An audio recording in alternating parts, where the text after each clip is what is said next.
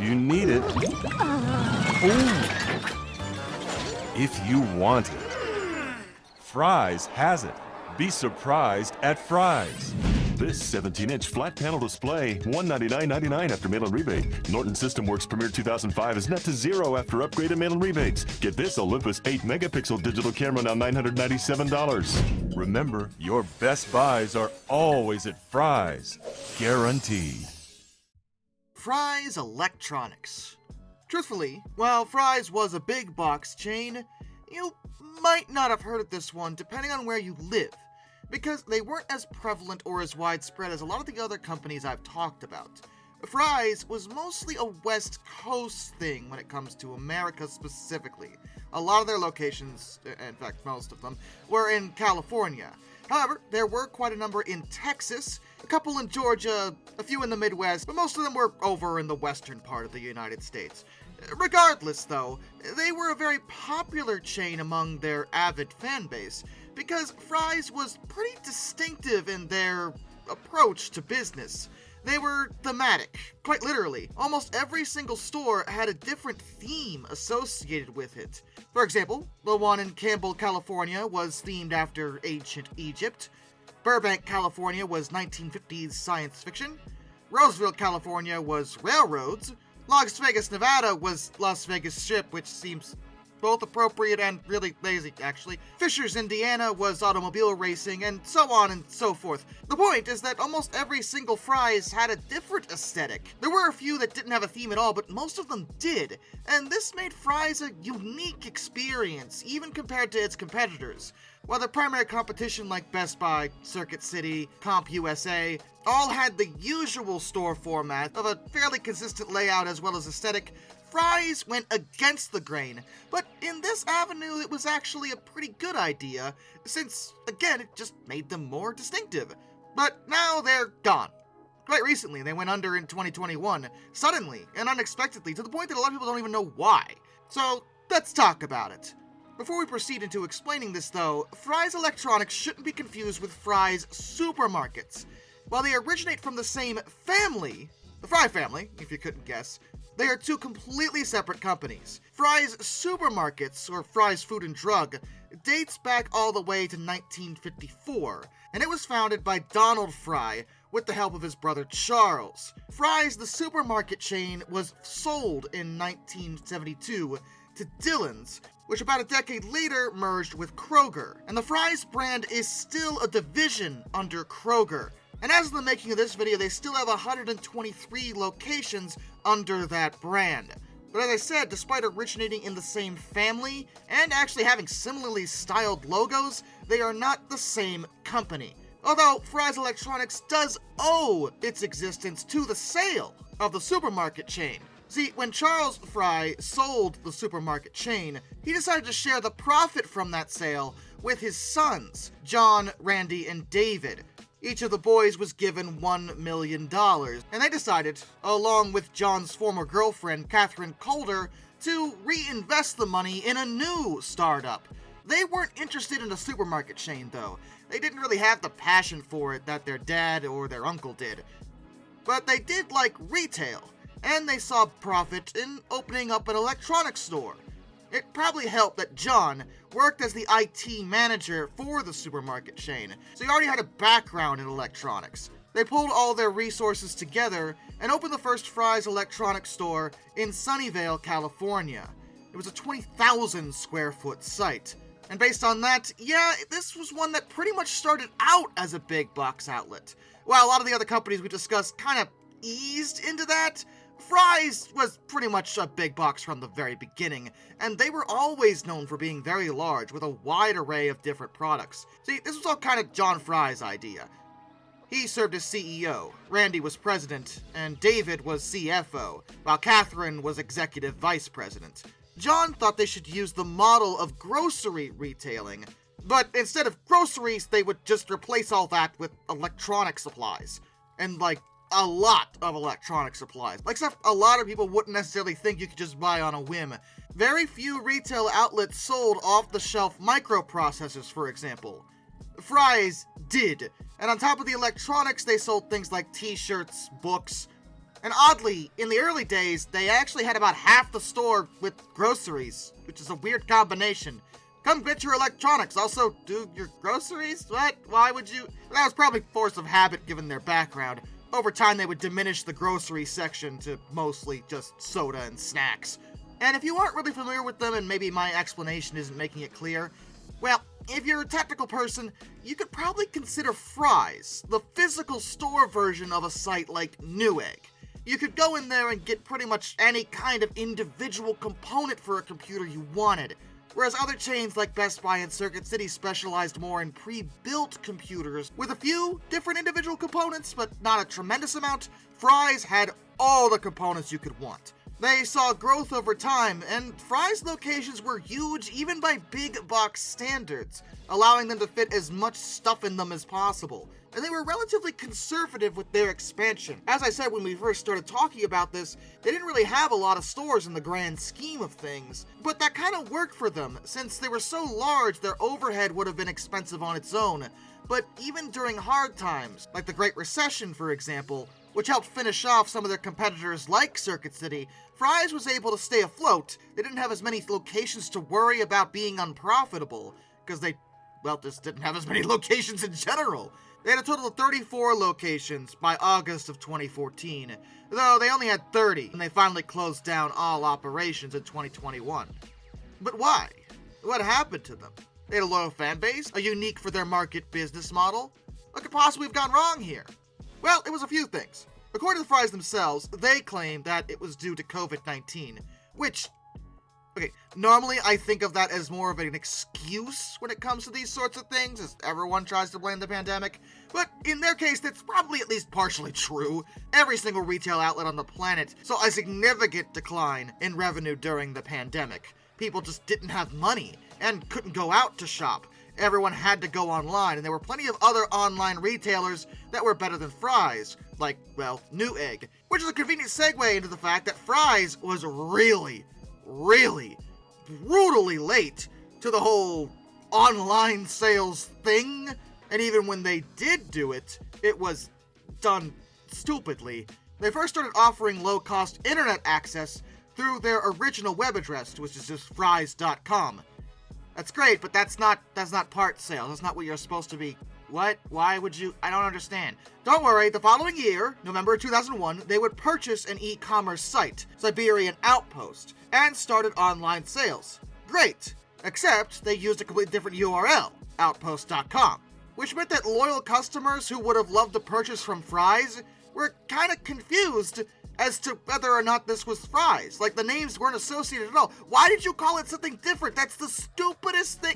Listen, do you even internet? After a few years of that stupidity, they changed the URL to Fry'sElectronicsOutpost.com, which was a bit more on the nose. And then in October of 2006, they finally just used Frys.com as the online store, and Outpost.com redirected to Fry's. So basically what I'm saying is, in order to get a proper, full-tilt, actually identifiable online store, it took them until October of 2006. No, that's why. They probably lost quite a bit of sales from people who probably would have bought from them if they had known it was actually them. But this random Outpost site? Who is that? I don't know who that is. Is it like Fry's?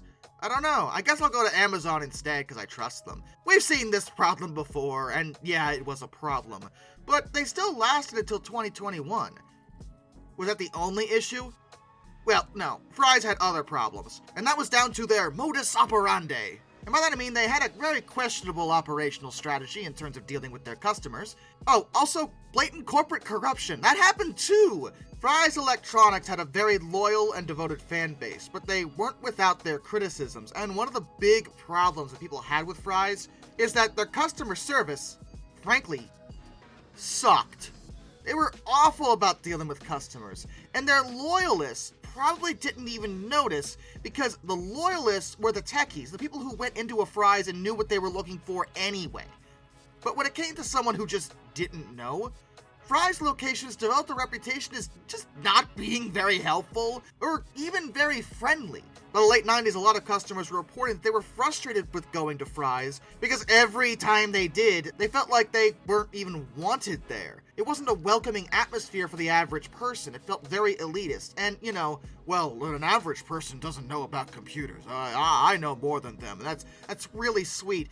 If you want to be a successful company, you actually kind of have to appeal to the average person. That's what average means. Average means the majority of people. And the majority of people don't necessarily recognize individual computer components. And you should probably hire people that are at least willing to teach or help someone. And Fry's just didn't, turning many customers away who would prefer to go to like Best Buy or Circuit City or anywhere else, where the staff were maybe not even more knowledgeable, but at least more helpful, more friendly. And the thing about retail is this. It takes multiple good experiences to create a loyal customer. It only takes one bad experience to create a customer that, well, is no longer a customer. It's very easy to steer people away from you, especially when there are other options for what people need. In a highly competitive market where there's other stores, the last thing you want is to be turning people away or making them unhappy with your service, and that's exactly what Fry's was doing for years. And I don't just mean in terms of shopping, I also mean in terms of refunds. In '97, they were accused of having an official internal policy that was identified as the Double H, which translates to hoops and hurdles, directly referring to customers trying to get refunds for products they didn't want or were defective. Basically, they intentionally designed their refund protocols to be as difficult and time-consuming as possible so they just wouldn't have to give them. And nobody likes that. Everyone hates it when you do that. That's another really good way to make sure no one ever wants to shop with you. If you give a proper refund, especially when it isn't something that's your fault, a customer will be generally inclined to simply spend that money immediately in your store because they're already there. But if you annoy the heck out of them, they're gonna want to get out of there as quickly as possible, and then you won't make that money back. Do you see how stupid that is? Complaints about their service continued into the 2000s. On Black Friday in 2007, at the Renton, Washington location, customers complained that they saw Fry's employees offering to let people cut in front of a long line as long as they paid a fee. To capitalism.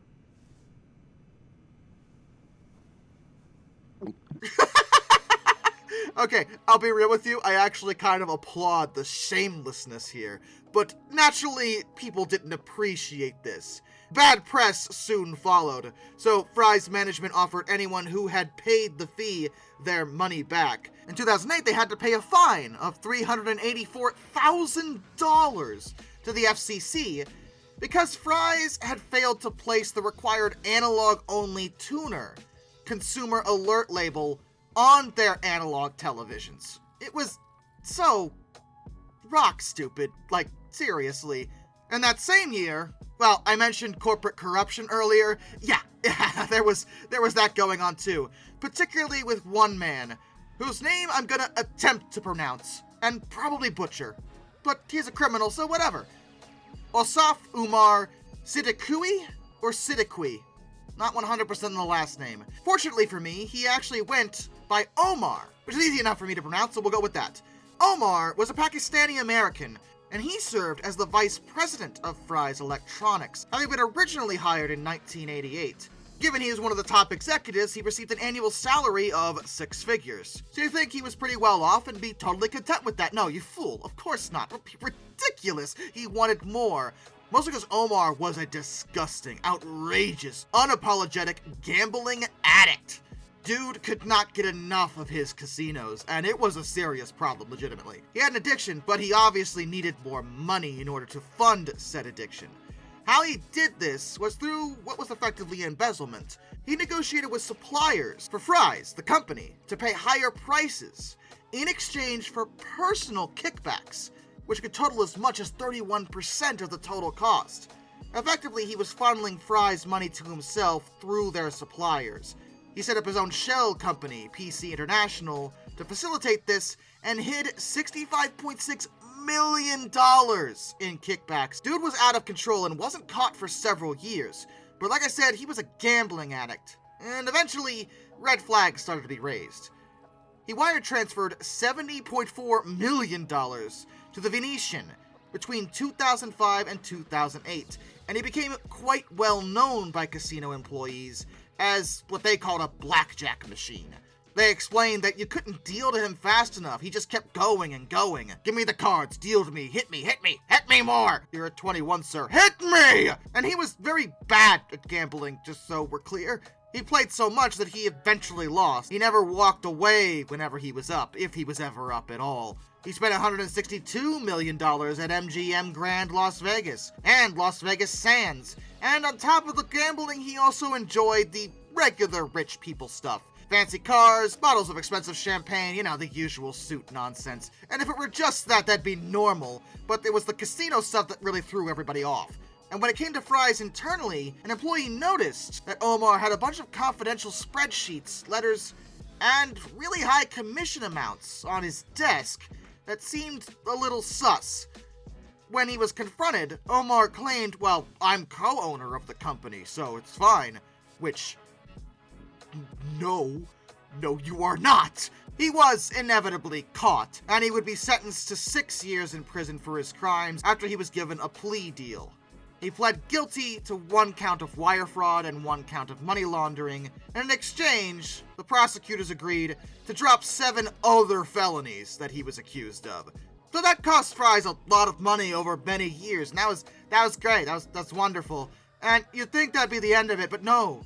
This is Fry's Electronics, and they make really terrible decisions sometimes. In September of 2012, they had to pay $2.3 million to settle a harassment and retaliation lawsuit. Yeah, $2.3 million? What did they do? Well, it's pretty terrible, actually. The lawsuit was brought by the U.S. Equal Employment Opportunity Commission, and the settlement was in relation to an allegation referring to an assistant store manager at the Renton location. He was alleged to have harassed a 20-year-old sales associate by sending her a bunch of really just gross texts, as well as constantly inviting her over to his house to drink with him. I'm sure these two elements combined wasn't a red flag at all. Naturally, the 20-year-old sales associate kept saying no to him and eventually reported the harassment to her direct supervisor. Her supervisor took this very seriously and reported it to Fry's legal department.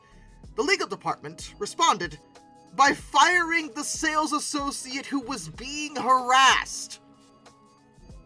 What?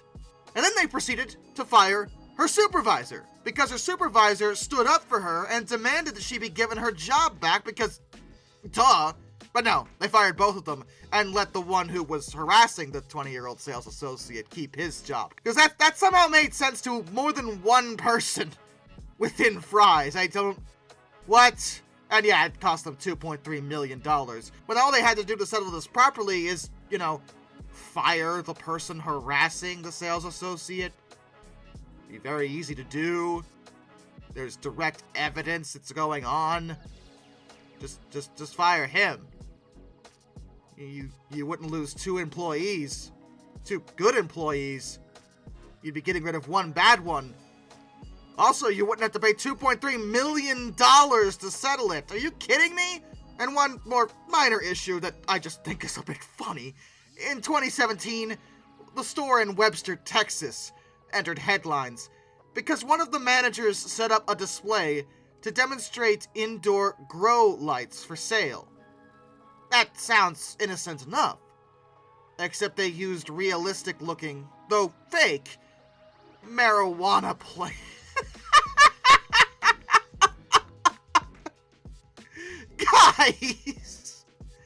Guys, what are you doing? They didn't really handle themselves particularly well in the grand scheme of things.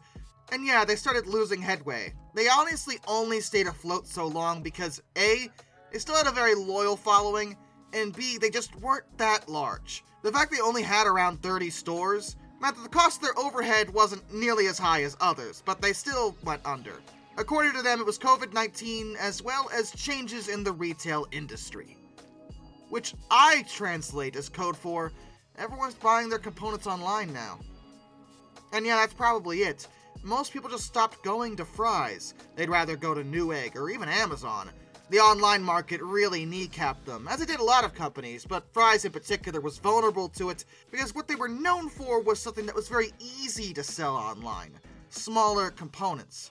It's true, they were in other markets, things like cosmetics and even household appliances, which is great, but they weren't necessarily known for those things. And I think that was the problem.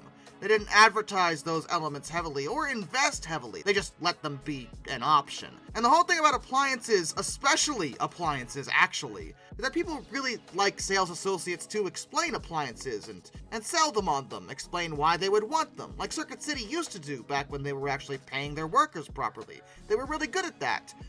Fry's was never good at customer service, so the appliance market was difficult for them to get into when no one was really buying appliances from them because they were just awful at talking to people. But when they suddenly went under, it took quite a number of people by surprise, and admittedly over 10,000 people were suddenly out of a job, so it is unfortunate either way. Whether or not it could have been avoided, I'm not really sure. They could have reoriented themselves into better markets.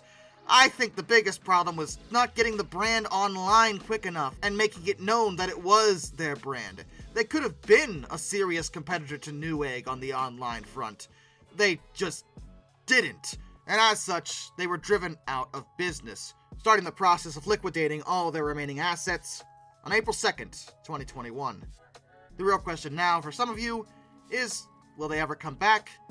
And I doubt it, but it's a bit too early to say. Plenty of brands have re-emerged after a decade or two, so it's not impossible. But given the nature of the market at this point, I don't think it's very likely.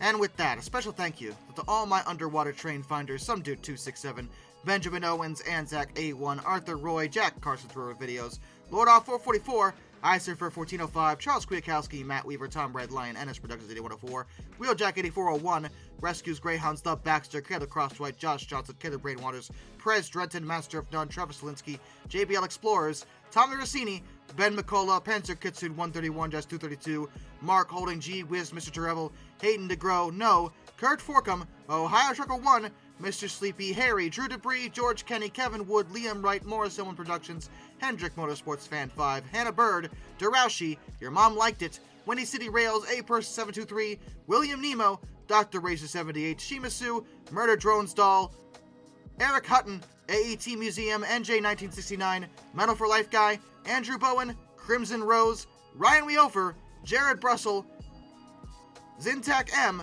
Boss K, Orange Glass, Andy, The Conceptualist, and of course, my dad. Till next time, this is Darkness, and I bid you all a fun farewell.